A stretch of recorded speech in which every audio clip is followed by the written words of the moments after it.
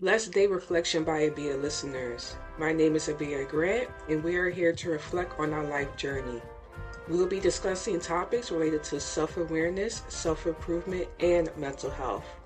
Also, the purpose of this safe space is for us to be free to discuss the ups and downs, celebrate the wins, and talk about ways to improve the lows. So, welcome to this podcast, and I hope you gain something from this time we share together.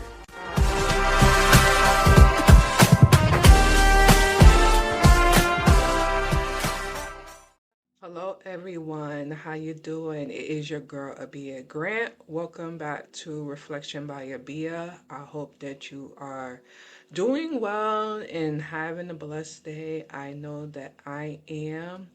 So before we go ahead and get started, let's get the housekeeping rules out of the way. If you are listening to this podcast on Spotify, be sure to hit the follow and notification button so Spotify lets you know when I release a new episode.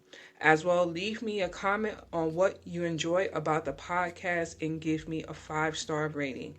This is how you can support my podcast. So the disclaimer is I am not a licensed psychiatrist or therapist. My suggestions and my guests are based on general knowledge and life experiences. If you're considering making significant changes or dealing with personal issues, seek and talk to a licensed mental health professional.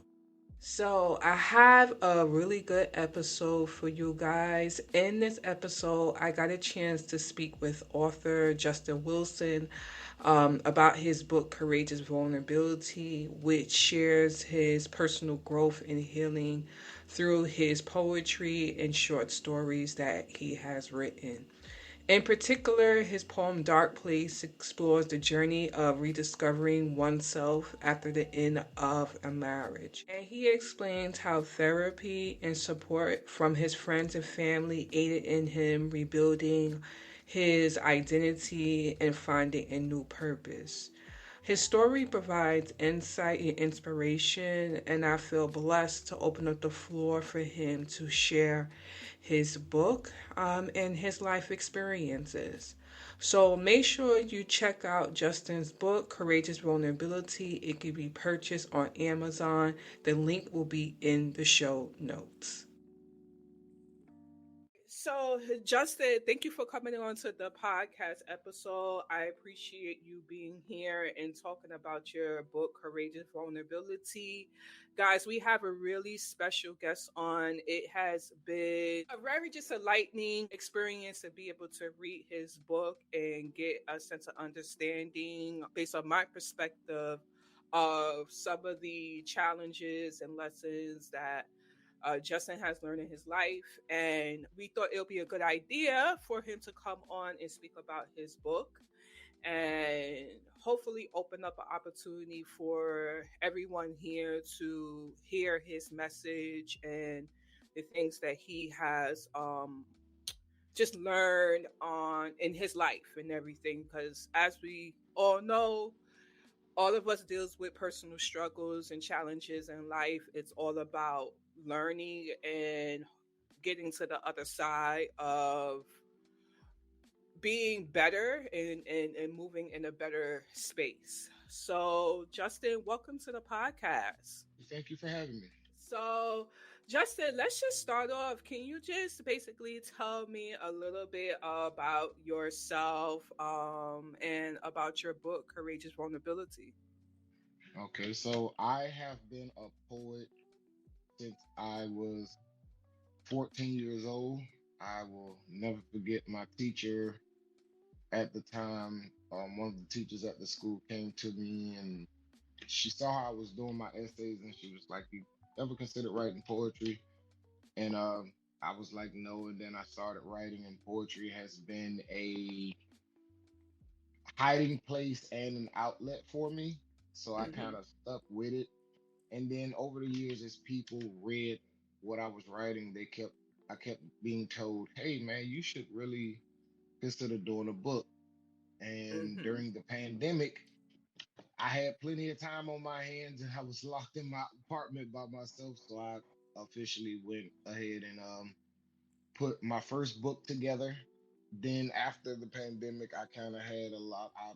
you know, going into the pandemic, uh how can I say this? I was going into a divorce as well. So I Mhm. went from having my wife, my ex-wife and kids to staying in an apartment by myself. And Mhm. a lot of what is written was birthed in that. Mhm. And so I poured a lot of the poetry in that. And then during that time, my mom and my sister kept telling me you should see a therapist, you should see a therapist, and I kind of fought it off. Then I started watching a lot of YouTube videos about therapy, and I got Mhm. into therapy, and I realized how much of a benefit it is. And Mhm. I realized that in the Black community, it's not necessarily the a go-to, but I personally found it to be super beneficial. So I said, you know what? Like, I'm going to pour my heart out. I'm going to be vulnerable. Um, Mhm. to show people that you can be vulnerable. Um, Mhm. but more than anything, it's to encourage people who are dealing with mental health um issues to go get the help that you need. A lot Mhm. of things we don't think about as mental health, but dealing with a divorce, heartbreak, childhood experiences, all of that stuff can be mental health issues, and I think it's very important to go see a professional and get the help you need to be able to get through it. Yeah. And then also just as being as they say, a man of color, the challenges of us, even me as a black woman, having that ability or having that saying in the back of your head, like, we are strong, we're strong. I know I was having a conversation this week with my mom about it, of how, like, we're taught to be strong, and like when we're going through our challenges, we're not taught to vocalize how we feel.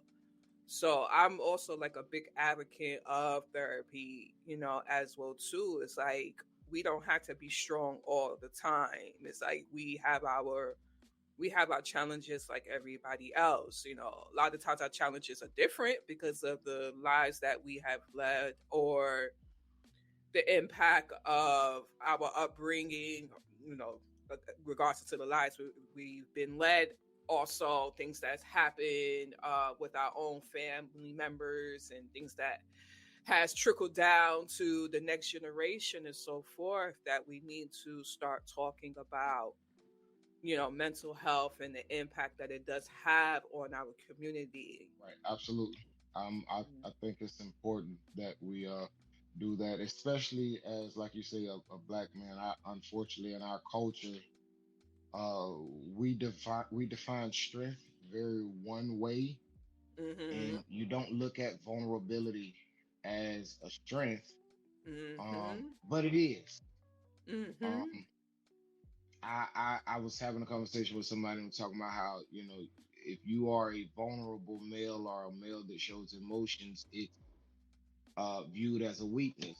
And I Yeah. just decided that I'm just not going to deal with somebody who can't handle me doing what it takes to remain emotionally stable. Yeah. And so, yeah, you just have to decide that you're going to do what's best for your mental health, because what we Yeah. don't think about sometime in our community, especially with our young people, Mhm. the music, you listen to the music and it's death, death, death, lawlessness. And the truth is, all of that stuff, I believe, ties back to mental health. Like, you Yeah. get into a space and then you defend that space, and it creates a hostile environment for our communities. Yeah. And I think if young men were just free to say, I'm hurting, and our men in general, our black people in general, were free to say, I'm hurting and I don't have it all together. My day is Mhm. not going the best. And it is rough right now. And I don't have the mental capacity to be able to deal with it in this moment, and Yeah. not only be heard, but we got to create a culture that says, okay, my brother's in a moment right now. Let me be the listening ear, Yeah. or let me have the words to build my brother Hmm. and my sister up. I think that has to be adopted into the culture. And for many people it is, but I know that Yeah. I'm learning that it is necessary for that to grow within our community. Yeah, it has to grow within.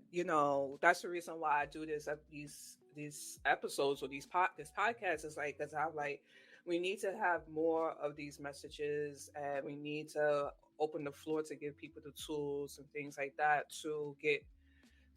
live a better life and be able to be open. And I know as just a black woman looking at a black man and saying, wow, it's I don't often see black men open.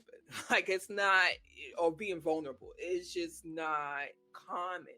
So to see that, it's like a respect factor as well too. Like thank you for having the strength to voice what's going on and how you are feeling, because it reminds me that if this man is going through this situation, our loved ones who are males are could be going through situations. So maybe this conversation can open up the floor for you to even come to that person and say, "Hey, what is it that you're going through?" Or not being so blindsided in regards to thinking that, okay, because he's doing all the things, taking care of the home, let's say if you're dealing with a partner or something like that, that all is good. Like Right. it may not be. You understand what I'm saying? Absolutely. Hello, everyone. Let's take a quick break. Join me in the upcoming discussion with Regina Renee, visionary and founder of Mindful and Melanated, an empowering community dedicated to uplifting and supporting Black women. In the upcoming episode titled Sis, What Do You Want? The Importance of Living Authentically for Your Mental Health, Regina will share her insights on how Black women can advocate for their own well being and navigate their personal life with intention and purpose. Follow my Instagram and Facebook page, Reflection by Abia, for podcast details. Men are brought to be strong, and their weakness is not a part of that. So Absolutely. and we're now starting to correct that and say no, yeah, he's strong, but he's still dealing with this and this and this and this and that, He's and there needs strong to, and human. and yeah, he's human too. Exactly. You're not as a female, you're not the only one suffering. So I want to just let you guys know, everyone who may be listening to this episode, how this is going to be broken down is that I decided I am going to be reading a short story in Justin's book, Courageous Vulnerability. And then we are going to, or he is going to basically explain what that particular paragraph means. We have four paragraphs that we are going to be going through, actually three paragraphs and a couple of sentences that we're going to be going through, and then at the end we are going to basically talk about it. I figured this is the best way to do this particular topic so that we can really understand the position that Justin was in at that time, and um, hopefully we can help somebody who's going through those same challenges or something similar. So the poem or the short story that we are going to get into is Dark Place. And I'm going to start at the top of it. So basically, it states here, as I sit in this space, I'm forced to call home. It's only fitting that I sit in the dark. It looks so much like the place I'm trapped within my mind. Only me here, screaming at the top of my lungs, pleading for help and hearing only the echoes bouncing off the concrete walls. Within the void, call my heart. The exterior is rough and rugged, trying to fend off, fight, and mask the hurt. The interior is angry, hurt, mad, in pain, afraid, hateful loss and trying to find relief. So I'm just gonna say straight off the back before you get into it, Justin, when you say concrete walls, bouncing off the concrete walls, that resonates with me so much in just my life in general. It's like you feel like everything around you is so hard. Like every you trying to throw, like it's like you throwing things at the wall and everything is breaking and you're finding no relief towards the situation because nobody is, it's not even necessarily nobody is there for you, but you just don't know how to break up whatever is going on. It's like you feel like you're stuck in a situation, whatever that situation may be. But I want you to be able to go ahead and basically discuss what was transpiring at that time. All right, so at this time, a month prior, or maybe 2 months prior, I kind of learned that I would be going through a divorce. Mhm. Um, I did not get married to get divorced, so that was a hard pill to swallow. Mhm. Um, and I went from living in a house and hearing my children and seeing my children Mhm. to being in an apartment that actually had concrete walls. And when I moved in there, I had my phone. I slept on a wood floor and I Mm. had my phone. Um, I didn't have anything. I hadn't. I was pouring all that I was and all that I had into the family structure that I had built over a 13-year marriage. And Mhm. the silence of the apartment was very, very difficult to deal with. Um, and so, yeah, I used to just sit in the apartment in the dark. Like, I didn't want to see anyone, I didn't want to hear anything. But at the same time, I wanted to see somebody and I did want to hear somebody say something. So I was just in a place of confusion and hurt, Mhm.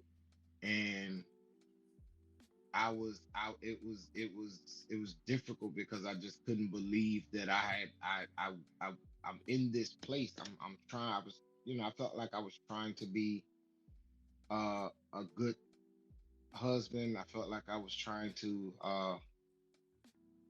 practice behaviors that would, I guess, allow for the marriage to be successful. And Mhm. then it kind of went left. Like, obviously I'm not perfect and nobody is, and so Mhm.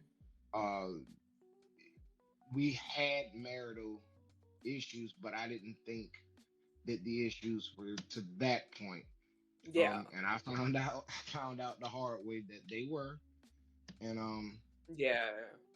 yeah, that's the place that I was in. So when I'm talking about this, I'm literally sitting in the middle of my living room floor with the lights off Mhm. and just not understanding how I got here, I couldn't stop thinking, I couldn't stop trying to play back in my mind instances that could have led me to that place. Yeah. And I experienced a range of emotions. And Yeah. so yeah. Yeah. No, I mean, you said it like angry, hurt, mad, pain, afraid, hateful, loss. It's like when you're going through, the traumatic aftermath of whatever it is, it's like you always are playing back the scenes in your head and saying, well, if I had did this, maybe I wouldn't be here. If I had did that. And then sometimes it's like, well, maybe I should even try, you see what I'm saying, to go Right. back and implement this and maybe the outcome will be different. So it's like all the possibilities and anger. I could say anger is a big part of it because you're upset. you're not only upset with the situation, you're upset at yourself, you're upset at the person. Right. It's like a combination of different emotions when you are going through something that you want so bad for yourself, but it did not panning out the way that you thought it was going to pan out. And Right. then, and realizing that you can't control it. You have no control. Like losing control. I had actually recorded an episode today talking about that. Losing control over things that sometimes it's I don't want to say it's inevitable for it to work out the way that it's going to work out, because that just sounds just so cruel, but sometimes it's just out of our hands. Right. So it's trying to process all of that and come to a sense of understanding, where you are now, and just being away from your children. And that will totally, I know for me, will mess me up. I mean, I don't have any children, but if I did, like, I could. I mean, I have a beautiful home now, my husband and everything like that. So, but prior to this, I lived in a room. Right. So I could never imagine not having this and going back. Like, that Right. would jack me up. That would jack me up. Right. So I could understand. I believe I understand where you were. Um, so I'm gonna go into the next paragraph. So we have here: I love, but I hate, but I love and it hurts. I want, I don't want to be a failure, but I'm not sure if that means staying or going. The confusion is maddening, and I'm scared because it's starting to get comfortable here. This place of darkness follows me and turns the lights off in every room I enter. It hates the light and won't leave me alone. This darkness is more than an absence of light. It makes physical contact with my body and keeps me scratching at the wounds on my soul. Okay. All right. I'm not even going to give my point of view. I'm gonna wait until the end after you explain that there's so many things in this. But go ahead. I want you to explain your mindset at this particular point. All right. So in the beginning, obviously I want to fight for the marriage. Mhm. But I'm also really angry at how we got of how getting into the place of knowing that the divorce is going to happen Mhm. manifested itself. Mhm. Um, and it hurt. I didn't. I grew up. I am a Bible believing Christian, Mhm. and so I don't subscribe to the idea of divorce. Yeah. And so I'm like, man, I'm a failure. Like I'm failing maintaining the no divorce clause of the Bible. Um, Mhm. that was rough to deal with. Mhm. But at the same time, it's like, am I failing if I stay because of everything that transpired? Like I look crazy to stay in this situation. You know what I'm saying? Mhm. So it was that was I didn't know. Like I said, the confusion was maddening.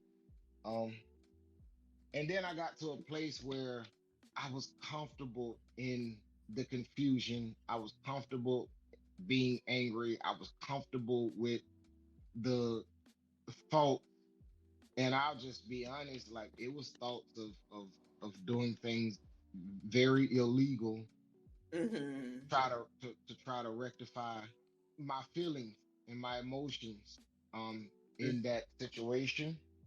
And Mhm. I couldn't run from it. I Mhm. go to work because it's an internal. It was an internal issue.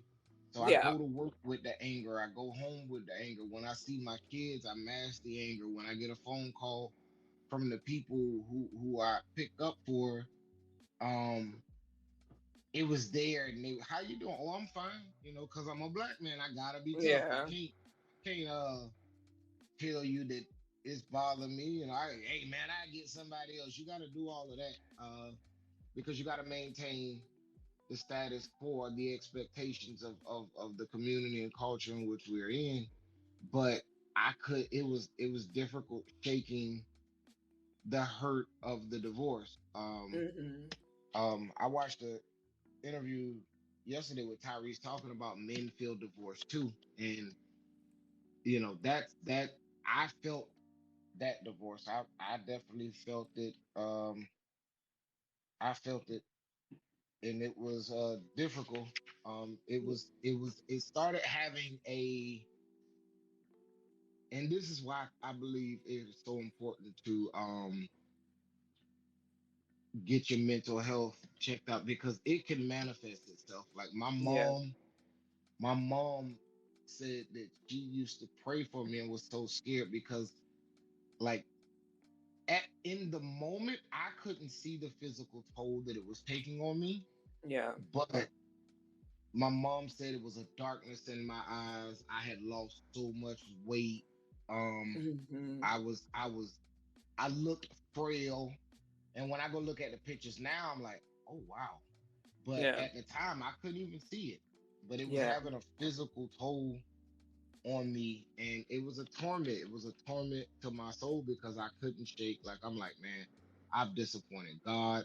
I failed my children. Like I went into the marriage saying I want to raise my children. Don't Yeah. want anyone else involved with the upbringing of my children. Hmm. And my children were young, but the thing that I went into it saying, please don't put me in this position, uh, I was now in that position. So it was torment to my soul. And like I say, you went through the pandemic, hopefully with someone, but I went through the pandemic uh in my living room, in the dark, in the quiet, uh, you know, perhaps there were people who wanted to talk to me and be there for me. And I did have people like throughout the pandemic, I did have people who reached out to me, so forth and so on. But it was there were nights when it was just very difficult to be. Yeah. I struggled with suicidal thoughts throughout the entire pandemic, and I Hmm. lived in a high-rise building. And so I used to just look out the window and look at the ground and say, nobody would miss you. It wouldn't affect anybody. Your kids are so young, they really wouldn't even understand. Um, Hmm. Everything would just, you could just end it all. You got life insurance. So, do it. Like I struggled with that Hmm. every single day. And, like I said, that was torment to try to have to find value in self every minute of every day. And I mean to sincerely struggle to see any value in myself. That was a every single day struggle. That was an every single day struggle. Yeah, because you lost yourself. You know, Hmm. you lost yourself. You lost. What people fail to realize, it's a marriage. I think even long-term relationships, when a relationship ends, it is a loss. It's a Hmm. loss because again, you've now created your life accustomed to having this person in your life and whatever things that you have built with this person. And when it's no longer there and now it's time to move on, it's like I'm used to doing this with this individual, or at this time this is normally what I was doing, you Hmm. know. uh and even to some points I remember, getting talking a little bit about my personal struggles. It's like when you say continuing to be in something that it's not right for you to be in, but it's kind of like you want to stay in it because you're afraid, not even necessarily afraid. You just don't know that.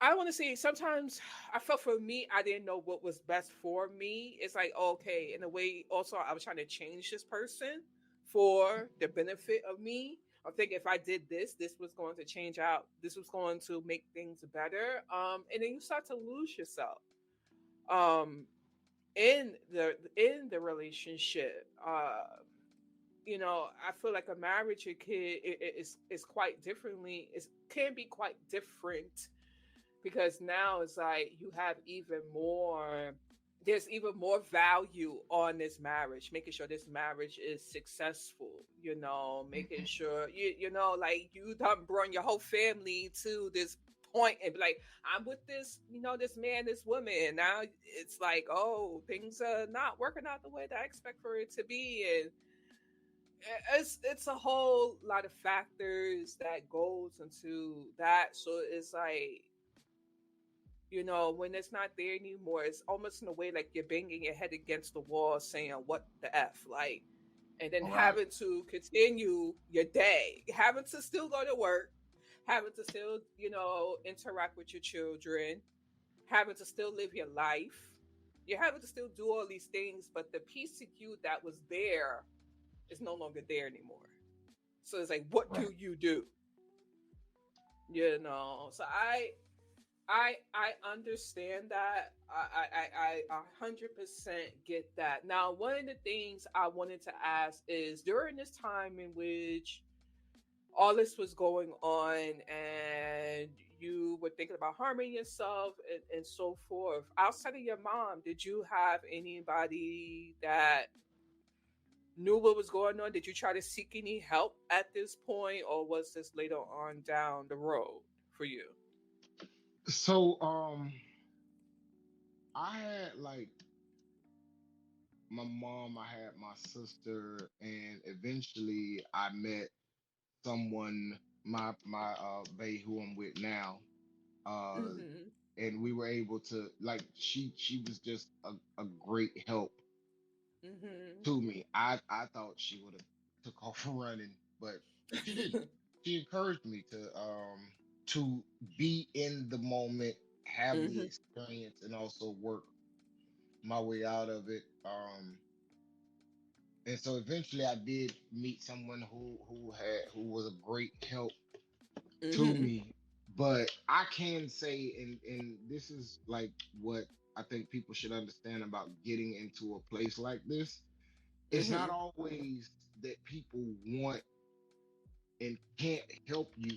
You just be in a place sometime where you can't receive the help. You Yeah. can't you you want to talk to someone, but you can't talk to someone, especially if it's somebody you know, because this is exposing the you that even you don't allow yourself to talk to Yeah. and to engage. So it can be a very difficult um place. It can be a Yeah. very, very difficult place. And I didn't even know how much I needed to just be able to be until I was put in a position where I could just be. Let's go ahead and take a quick break. Hey everyone, thank you for tuning into Reflection by Abia. Feel free to check out the podcast Instagram page and my personal page, simply.abia, also on Instagram. The links will be available in the show notes, so let's get back to the podcast. If a person has a loved one, they just need to be able to pour out, to say they don't need no advice. They just need the space to say the thing that is tormenting them Hmm. on the inside. Yeah. Because the same way as like you don't want to bring, and this is the tough part that I say, bring in your burdens to your family. All right. Like, so, and then I was speaking to a therapist actually last week, and bringing your burdens to your family and then them not having the tools in order to help you get through what you're going through. It's like, Right. yeah, there could be a listening ear, but are they going to give you the advice that you need? And even if they are able to give you the advice that you need, are you going to listen? You know, Right. that's a major factor, within that itself. So it's like, I feel like, to be honest with you, when you're going through struggles, I feel like it's a combination of different people that is there. You got your therapist, you got your family support, you may have a partner or something. You have yourself. And also you have to want to be open and be vulnerable and open and talking about it. Like, Right. it's not going to work if you close off. It's just, Absolutely. it's not. You have to want it. You have to want to be better. And that's always, I feel like that's the starting place. I know, in reading even this particular passage and then talking to you, it's like, it's hard to get to that place of acceptance that something is wrong. Like, Right. we fight so much against it. Um, but it has to start somewhere. And Right. I think you yeah. said something very important. You have to want to get better. A therapist, nobody can help you if you don't want it. And I think that's an important bit of information for anybody listening to take away, is that you have to want it, and you have to want it by any means Mhm. necessary. You can't decide, Mhm. okay, I'll talk to a therapist, but I'm going to they're going to do it like this. You got to go Mhm. in there and say, you know what, I'm just going to pour it out. And like, Yep. that's what I learned in therapy, and that's what I learned from talking. I having someone to listen is, I'm just going to pour it out. Yeah. And it can't be any worse than this. And if anybody is in that place, they understand it just can't be any worse Yeah. than this, especially talking to somebody who can't say anything to anybody else legally. That's why I was, because family can be great listeners. Yeah. And it's not my experience, but I just have heard people's experiences where you confide in somebody, and then y'all get an argument, and that thing that you trusted them with becomes public information. Yeah. That can't happen with your therapist. So I would strongly encourage, talk to the therapist. Um, Yeah. yeah, that would be the best bet. But yeah, you have to want it. You have to want Yeah. And like you say, you have to lay it out. Like, all everything that you're struggling with, all the burdens, even the good stuff, lay it it. out Right. there on the table. As I also think sometimes, even though we think, and that's another side of it, even though we may think it's good for us, it may not be good for us. Yes, you Right. know what I mean? Because we have these blinders on, and it may not be that.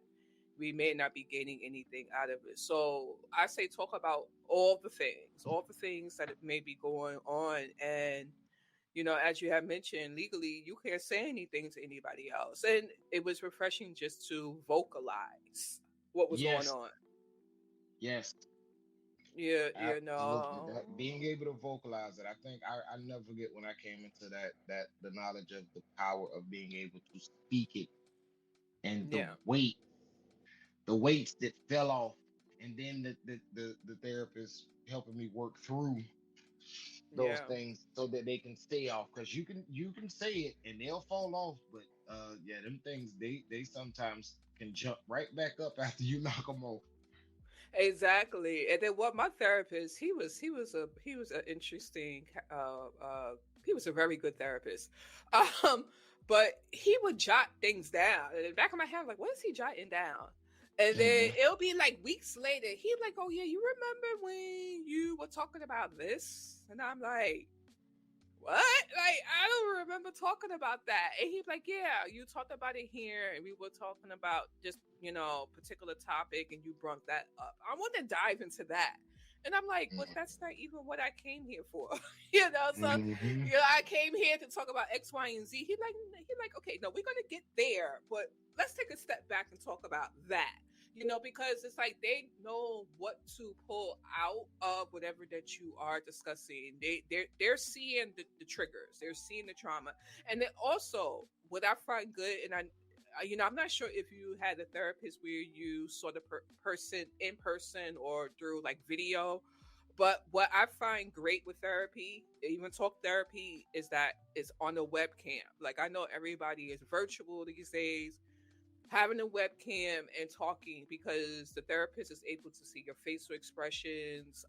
Sometimes they can't vocalize or understand the impact or whatever you're going through just by talking on the phone or what have you. So if you are talking to a therapist, I suggest webcam or in person if possible, so they could be able to see your facial expressions and things like that, because he'll say to me, well, why are you making that face, like what's going on there, and I wouldn't even Hmm. notice it, so yeah. Yeah, But I've did done both. you done both, I've done in both. person? I've done in person and I've done webcam. I currently do webcam. Mm-hmm. Um and yeah, it is like you say, it is very beneficial to for them to be able to see your face, and they're trained to see things that common people don't see. And I Mm-hmm. find it very beneficial to be able to uh let them see, especially my face, because I think I say a lot more with my expressions than I do with my words. Mm-hmm. Vocally, I can write how I feel, but as far as being able to express it, sometimes it's difficult for me to express it, to even bring myself to say that I'm feeling that way. Yeah. Because I battle with the culture. I battle with, I'm a black man, I can't do this. I'll be soft. And then it's like, Mm. when I write it down after I've read it, then I'm able to express it because I got it out at that point. And then, Yeah. talk to the therapist. And the therapist, kind of helps me through processing those feelings and those thoughts. And then I'm Mm. I'm I'm better after that. Yeah. Yeah, yeah, yeah. I mean, I like I mentioned before, I advocate for therapy. Therapy, it's not. People need to stop putting such a stigma on therapy, thinking that you got to be bat crazy to go see a therapist. Absolutely. No, it's like a therapist could just, you could be fine. Things could be going glorious in your life, just but being able to just talk to somebody. Don't wait until there's a problem. Yeah, you know what I Right. mean? Like, which is fine. If you wait until then, it is what it is. Sometimes it is what it is. But like, I advocate for it. Don't wait until you need assistance, because it's a challenge. And then also even finding the right therapist is a challenge. Within Absolutely. itself.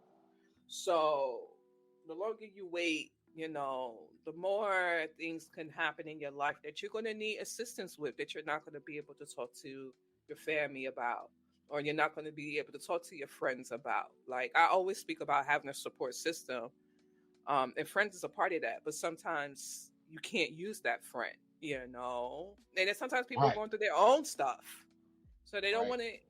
You don't want to burden them again with your stuff. So yeah.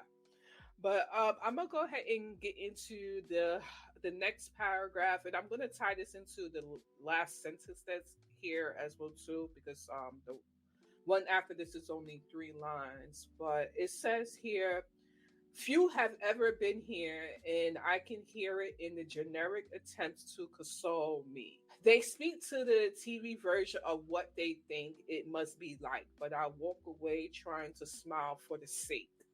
As for me, my heart is broken. I don't want to go back and be where I'm not wanted, but I am not wanted. And a man. That hurts to say. I wasn't good enough. I'm sinking again, thinking about it. It's so dark. It's so dark. Help me. My heart is broken. My heart is broken. Oh God, my heart is broken. What is the remedy for a broken heart?" Then what I like at the end, just to let you guys know, when you pick up Justin's book, Courageous Vulnerability, at the end of each of his poems or short stories, he has a list of questions here. And what I like about it is it gives you an idea of what you should be thinking about while you are reading that particular short story or poem.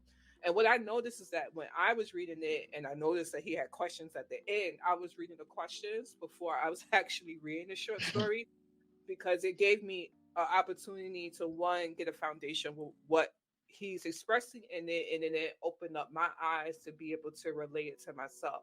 And that's one of the good things that I really like about your book is, like, even though it's from a male's perspective, one, is teaching me about men just in general, but two, I like the way that you just, all your questions are given like insights, like it's opening up your mind to see and think about maybe something that you didn't take into consideration reading it. So I find reading the questions and then reading the short story, it worked for me. But whoever picks up the book, which everyone should be picking the book up, they can, navigate it however they want.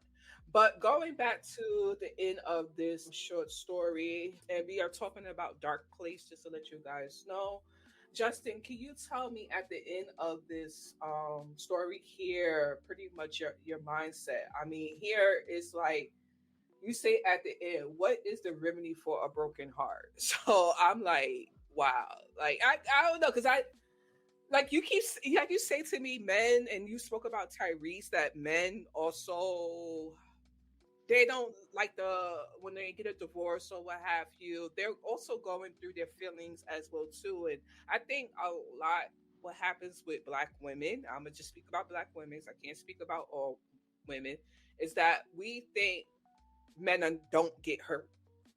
And I'm Mhm. realizing here men do get hurt. Yes, Obviously. So can you just tell me a little bit about where you were and your feelings at that point? I was broken.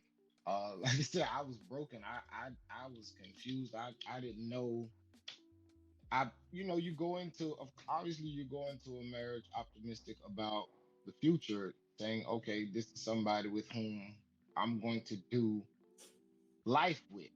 And Mm-hmm. life is life. I wish life wasn't, but life can be rough. Life has its mountains and it has its valleys. And I felt that I lost that, and I felt insufficient and not enough and Mm-hmm. insecure, Mm-hmm. and I didn't know what I wasn't. Mm-hmm. I couldn't. I start with evaluating myself, and I didn't have any answers. Like, am I enough? Why am I not enough? Why is this happening? Why am I experiencing this? What Mm-hmm. did I do wrong? How can I fix it? And these are just questions that I couldn't get answers to. Hello, everyone. Thank you for listening to part one of this episode with Justin Wilson as we talk about his book, Courageous Vulnerability, and specifically about his poem, Dark Place. Make sure you guys come back next week as we pick up right where we left off. We're going to pick up in part number two as we further get into discussion about Dark Place and ways that Justin was able to find healing. So make sure you return back next week and thank you for listening. Thank you for listening to Reflection by Abia. Let me know in the comments section what you thought about today's episode and share the podcast with your friends and family. The link will be available in the show notes.